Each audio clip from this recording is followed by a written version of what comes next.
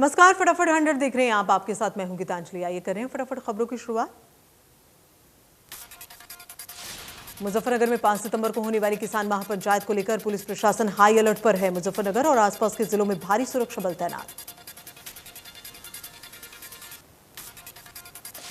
मुजफ्फरनगर में रह चुके अफसरों को भी बुलाया गया। सहारनपुर, शामली और बागपत में विशेष आईपीएस तैनात किए गए। इस दौरान किसान नेता राकेश टिकैत ने कहा, महापंचायत में शामिल होने वाले किसानों की संख्या बता पाना मुश्किल, लेकिन मैं लोगों से वादा करता हूं ये संख्या बहुत बड़ी होगी। उन्होंने कहा, किसानों को महापंचायत जाने से कोई रोक नहीं सकता। ये सरकारी कार्यक्रम नहीं है, अगर वो रोकेंगे तो हम तोड़ कर जाएंगे।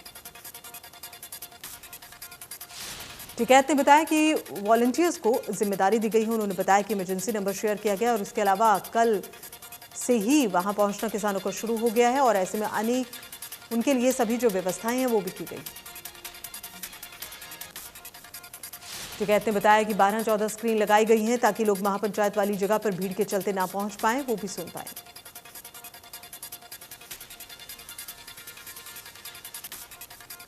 कैबिनेट मंत्री कमलपाल गुर्जर ने मोगा में किसानों पर लाठीचार्ज पर कहा कि अब पंजाब के मुख्यमंत्री को स्पष्टीकरण देना होगा।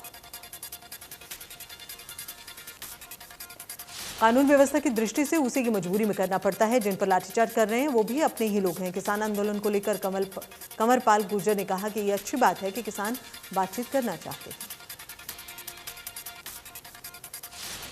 यह अच्छा संकेत है। टकराव किसी के लिए अच्छा नहीं, बातचीत से ही समस्या का समाधान हो। पूरा देश इसके पक्ष में।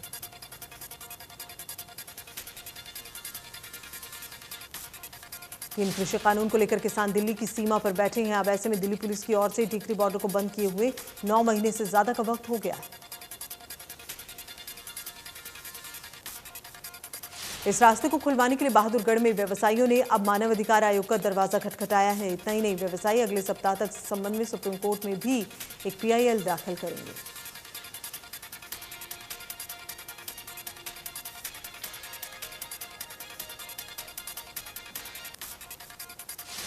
भिवानी में बीजेपी जिला अध्यक्ष को हटाने की मांग अब तूल पकड़ने लगी है। बीजेपी कार्यकर्ताओं का धरना अब दूसरे दिन भी जारी। पुराने कार्यकर्ता भी शामिल होने लगे।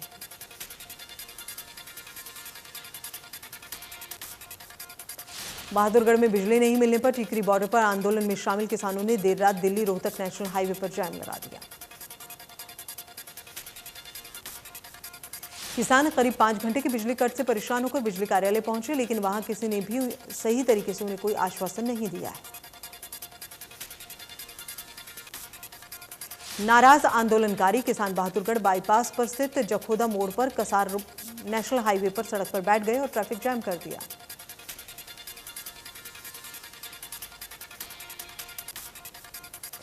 फरीदाबाद में महिलाओं को स्वावलंबी बनाने के लिए महिला एवं बाल विकास विभाग की चेयरमैन बबीता फोगाट ने चेक वितरित किए।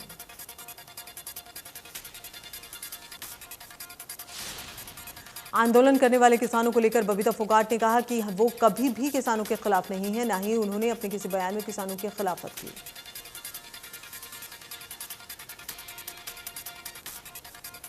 शिक्षा मंत्री कमलपाल गुर्जर ने कहा कि हरियाणा में 14,000 के लगभग गेस्ट टीचर्स हैं जिन्हें निकालने के कोर्ट के आदेश थे।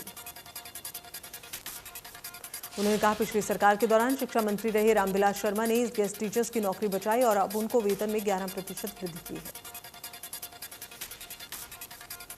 शिक्षा मंत्री ने कहा क्योंकि उनका वेतन रेगुलर टीचर से काफी कम है, अब इससे उनके परिवार का जीवन अच्छे से चल पाएगा। टोक्यो पैरालंपिक में मनीष नरवाल ने शूटिंग में गोल्ड जीता है। P4 mixed 50 metre pistol SS1 final में मनीष ने 298.02 का स्कोर हासिल किया।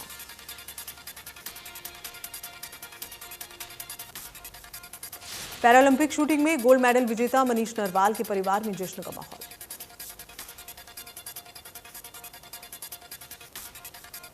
मनीष नरवाल के पिता दिलबाग नरवाल के बेटे से गोल्ड मेडल जीतने के बाद फोन पर बात कर उसका हौसला बढ़ा है।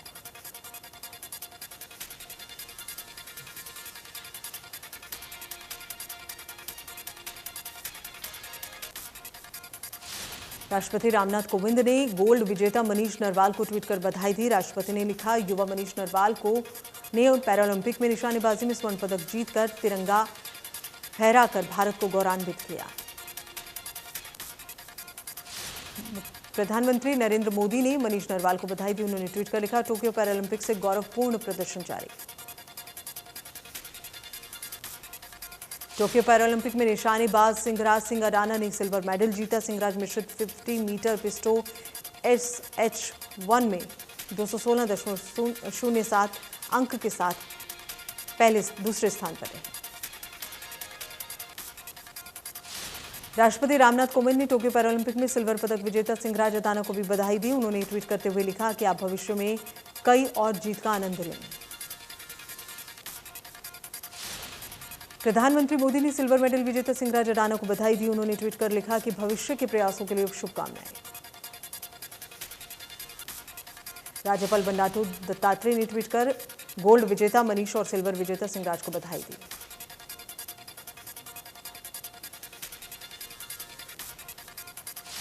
डिप्टी सीएम दुष्यंत चौटाला ने भी ट्वीट करते हुए गोल्ड विजेता मनीष और सिल्वर विजेता सिंहराज को बधाई दी। उन्होंने लिखा, हरियाणा के 2 खिलाड़ियों ने एक साथ गोल्ड और सिल्वर मेडल जीता। ओलंपिक में हरियाणा के मनीष नरवाल और सिंहराज के गोल्ड और सिल्वर मेडल जीतने पर खेल राज्य मंत्री संदीप सिंह ने खुशी जाहिर की।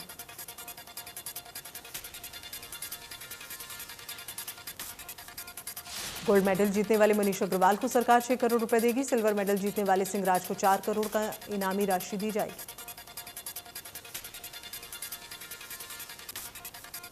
Para badminton player Suhas L Yathiraj ने टोक्यो पैरालंपिक खेल में शानदार प्रदर्शन करते हुए फाइनल में पहुंचे। SL4 क्लास में नोएडा के जिलाधिकारी सुहास ने इंडोनेशिया के फ्रेडी सेतियावान को 31 मिनट में 21-9, 21-15 से हराया। भारतीय बैडमिंटन खिलाड़ी प्रमोद भगत ने फाइनल में पहुंचकर इतिहास रच दिया। मेन सिंगल के SL3 क्लास सेमीफाइनल में प्रमोद ने जापानी खिलाड़ी को हराया और इस जीत के साथ ही फाइनल में जगह बनाने वाले प्रमोद भगत पहले भारतीय खिलाड़ी बन गए। हरियाणा वेयर हाउस के चेयरमैन और पृथला से विधायक नयन पाल रावत ने कहा कि गांव साहूपुरा खादर की बेटी शीतल भाटी ने बिना कोच के ही खेलो हरियाणा में वेट लिफ्टिंग में गोल्ड मेडल जीता। उन्होंने कहा, ग्रामीण क्षेत्र में स्टेडियम के लिए विधानसभा में आवाज उठाएंगे और जो बेटी मेडल लेकर आई है उसके लिए कोच और बाकी सुविधाएं की भी व्यवस्था की जाएगी। विधायक नयन पाल रावत ने गोल्ड मेडल लेकर आई शीतल भाटी को पकड़ी बांधकर सम्मानित किया।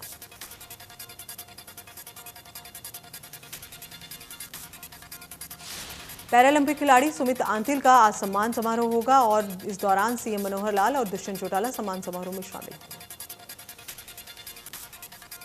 सीएम और डिप्टी सीएम दोपहर करीब 3 बजे पहुंचेंगे। वहीं मुख्यमंत्री गांव में कई विकास परियोजनाओं की घोषणा करेंगे। पुलिस प्रशासन की तरफ से सुरक्षा व्यवस्था बढ़ा दी गई है। सीएम और डिप्टी सीएम की सुरक्षा में 15 सुरक्षा लगाई गई है। देश में कोरोना का खतरा बरकरार, 24 घंटों में 42,000 से ज्यादा नए केस सामने आए। महाराष्ट्र में 24 घंटे में कोरोना के 4,342 केस सामने आए हैं। एक दिन में 55 मरीजों ने दम तोड़ा। केरल में पिछले 24 घंटे में कोरोना के 32 से ज्यादा मामले सामने आए। एक दिन में 188 मरीजों की मौत। दिल्ली में 24 घंटे में कोरोना के 39 नए मामले सामने आए। एक दिन में 38 मरीज रिकवर हुए। प्रदेश में कम हो रहा कोरोना, पिछले 24 घंटे में 12 नए मामले सामने आए। एक दिन में 2 मरीजों की मौत। गुरुग्राम में कोरोना वायरस मलेरिया ने भी दस्तक दे दी है। स्वास्थ्य विभाग की तरफ से लगातार लोगों के सैंपल भी कलेक्ट किए जा रहे हैं। जिस एरिया में डेंगू और मलेरिया की संभावनाएं ज्यादा हैं, वहां घरों में जा जाकर स्वास्थ्य विभाग लोगों को चेता रही है। स्वास्थ्य विभाग का कहना है कि अभी तक डेंगू के 7 मामले और मलेरिया के 2 मामले सामने हैं। इसको लेकर स्वास्थ्य विभाग पूरी तरह सतर्कता बरत रहा है। प्रदेश में अब 4वीं क्लास से लेकर 12वीं क्लास तक के स्कूल खुल चुके हैं। बच्चे स्कूल में पहुंचने लगे। शिक्षा मंत्री कंवरपाल गुर्जर का कहना है कि स्कूलों में अच्छी संख्या में बच्चे आ रहे हैं। उन्होंने कहा कि तीसरी लहर आएगी या फिर नहीं, ये पता नहीं। हम तीसरी लहर के इंतजार में नहीं रह सकते। अगर आगे भी हालात ठीक रहे तो पहली से तीसरी तक के स्कूल भी जल्दी खोले जाएंगे। शिक्षा मंत्री ने कहा, हमने छूट भी दी हुई है, अगर अभिभावक संतुष्ट हैं तो बच्चों को स्कूल भेजें। स्कूल में आने वाले बच्चों का टेम्परेचर चेक किया जा रहा है, हाथ सैनिटाइज कर ही स्कूल में एंट्री दी जा रही है।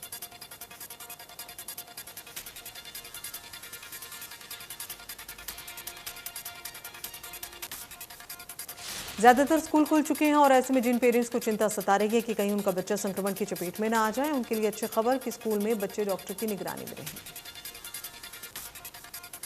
अगर किसी बच्चे की तबीयत खराब होती है तो तुरंत ही उसका कोरोना टेस्ट होगा। स्वास्थ्य विभाग ने इसके लिए 24 डॉक्टर्स की टीम भी बनाई है। यह कदम कोरोना संक्रमण को बढ़ने से रोकने के लिए उठाया गया। स्वास्थ्य विभाग का कहना है कि सभी स्कूलों में पढ़ाई शुरू हो चुकी है। अब ऐसे में सभी स्कूलों में कोविड प्रोटोकॉल का पूरी तरह से पालन किया जा रहा है। इसे सुनिश्चित करने के लिए राष्ट्रीय बाल सुरक्षा कार्यक्रम से जुड़े डॉक्टर्स को जिले के अलग अलग क्षेत्रों में नोडल अधिकारी के तौर पर नियुक्त किए गए हैं। रोहतक पुलिस ने फर्जी सब इंस्पेक्टर बन नौकरी दिलवाने के नाम पर धर्म बहन से लाखों रुपए ठगने वाले आरोपी को गिरफ्तार किया। कोर्ट के आदेश पर आरोपी 2 दिन की पुलिस रिमांड पर भेजा गया। सिविल लाइन थाना के जांच अधिकारी ने बताया, बख्ता खेड़ा गांव की रहने वाली निशा ने शिकायत दर्ज कराई। साल 2012 में कॉलेज में पढ़ने के लिए दौरान निशा की जान पहचान आरोपी सचिन से हुई। आरोपी ने निशा को नौकरी दिलाने के बहाने 13 लाख रुपए लिए।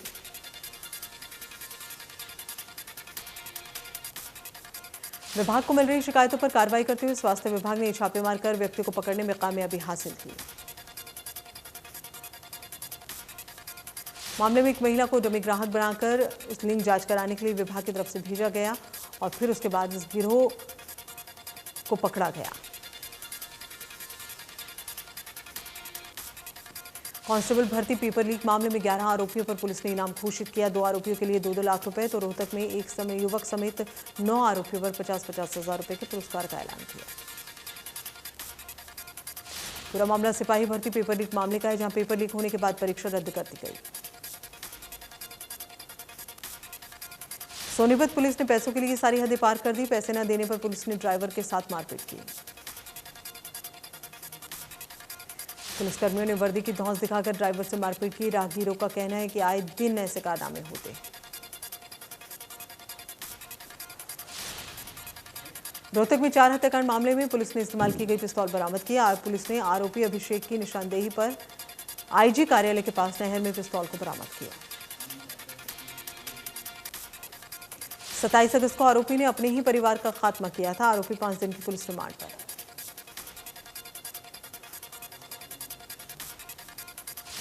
झज्जर जिला पुलिस के लिए चुनौती बने गांव असोदा के डबल मर्डर और बादली के लोहाट निवासी रोहित हत्याकांड का पर्दाफाश हुआ। पुलिस ने दोनों ही हत्याओं में शामिल अभिषेक उर्फ काला नमक एक आरोपी को काबू में किया। अभिषेक ने ही अपने साथियों के साथ मिलकर असोदा गांव नरेश, संजय और अनिल पर उस समय ताबड़तोड़ फायरिंग की जब वो दुकान में थे। पुरानी रंजिश के चलते किए गए इस डबल मर्डर के सभी आरोपी वारदात को अंजाम देने जाने के बाद फरार।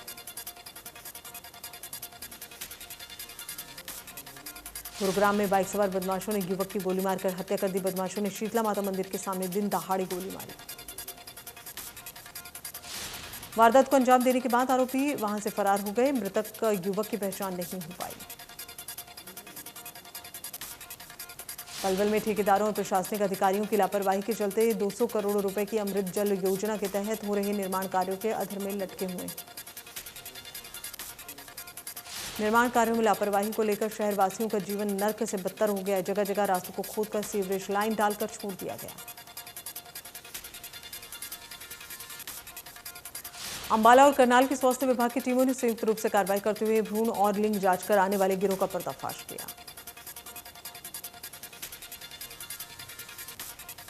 बल्लभगढ़ में गर्भवती महिला ने ऑटो में ही बच्चे को जन्म दिया। सिविल हॉस्पिटल में डॉक्टर्स की लापरवाही देखी गई।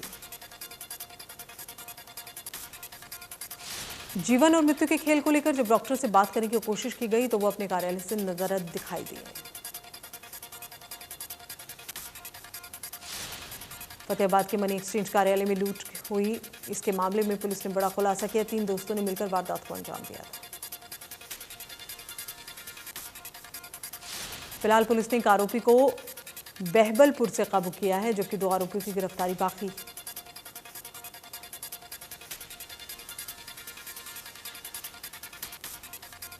पलवल से फरीदाबाद, नई दिल्ली, गाजियाबाद तक सफर करने वाले रेल यात्रियों के लिए राहत भरी खबर। उत्तर रेलवे 18 महीने से बंद पड़ी मासिक सीजनल टिकट यानी कि MST की सुविधा फिर से शुरू करने जा रहा है। इस सेक्शन में चलने वाली 10 शटल ट्रेन के करीब 15,000 से ज्यादा यात्रियों को सहूलियत होगी। अभी इन शटल ट्रेन में यात्रियों से एक्सप्रेस ट्रेनों का किराया वसूला जा रहा है। इसके चलते बड़ी संख्या में लोग बकाया टिकट यात्रा कर रहे हैं। रेलवे का मानना है कि MST की सुविधा होने से विभाग को राजस्व का फायदा होगा।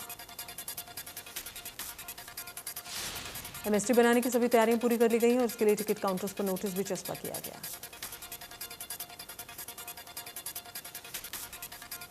मेवात के किसानों द्वारा हाल ही में रोपी गई प्याज की फसल बारिश के कारण उखड़ गई है।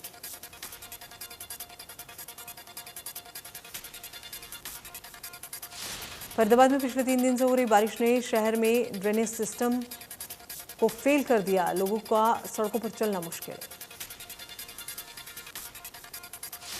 शहर के लोगों ने जगह जगह बैनर लगाकर जनप्रतिनिधियों पर तंज कसा। शहर के कई चौराहों पर बैनर लगाए गए। बैनर पर लिखा गया कि अब इस सड़क के गड्ढे नहीं, गड्ढों में सड़क है। रातों रात शहर में लगे ये बैनर चर्चा में आ गए। नगर परिषद ने सिरसा में हाउस टैक्स अदा नहीं करने वालों के खिलाफ कार्रवाई करनी शुरू कर दी है। पहले चरण में 50 डिफॉल्टर्स को नोटिस जारी किया। सरकार ने भी प्रॉपर्टी टैक्स जमा करवाने वालों को 25% छूट देने की योजना रखी है। लोगों को नोटिस जारी किए गए। अगर वो अब टैक्स की राशि को भुगतान नहीं करते तो उनके खिलाफ कार्रवाई की जाएगी। नगर परिषद की ओर से सभी प्रॉपर्टी मालिकों को नोटिस भेजे जाएंगे ताकि उन्हें ये पता चल सके कि उनका कितने रुपए टैक्स बकाया है।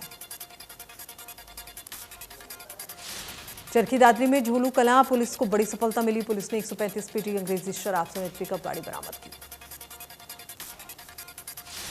भिवानी में अनाथ बच्चों के साथ अन्याय का सनसनीखेज मामला सामने आया। न्याय की मांग को लेकर बच्चियां बाल आश्रम के गेट पर आकर चीख कर रोने लगी। आश्रम में आई महिला ने बच्चियों से कहा कि आश्रम की वार्डन उन्हें प्रताड़ित करती है, उन्हें झूठे केस में फंसाने की धमकी देती है, नई नई लड़कियों से झूठ बुलवाकर केस दर्ज करवा देती है। 2 साल से चाइल्ड वेलफेयर कमेटी को भी शिकायत मिली थी, कोई सुनवाई नहीं हुई। हिमाचल प्रदेश में 8 सितंबर तक बारिश जारी रहने का पूर्वानुमान है। मौसम विज्ञान के अनुसार प्रदेश के मैदानी और मध्य पर्वतीय भागों में 8 सितंबर तक मौसम खराब रहने के आसार। अफगानिस्तान में तालिबान सरकार का गठन फिर टल गया है। अब नई सरकार का गठन 2 से 3 दिन के बाद होगा।